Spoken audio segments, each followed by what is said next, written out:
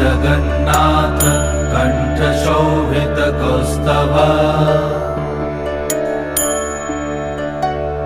पद्मनाभ वेदगर्भ चन्द्रसूर्यविलकना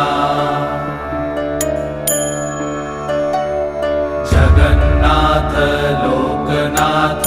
नीलाद्रीश परहरि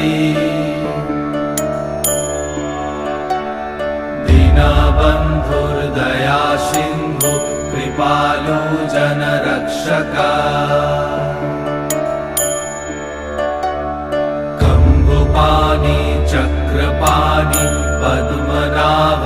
नरोत्तम जगत्तं पालको व्यापी सर्वव्यापी सुरेश्वर